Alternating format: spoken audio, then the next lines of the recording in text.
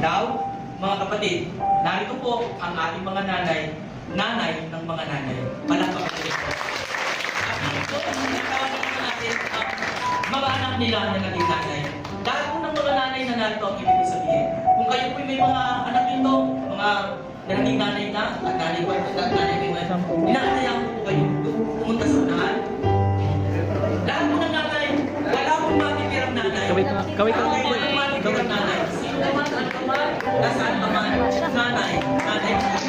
Lahat po ng nanay, lahat po ng pagkakulakan sila, bago sila po, palapin, patuloy natin sila palagpakan, nanay.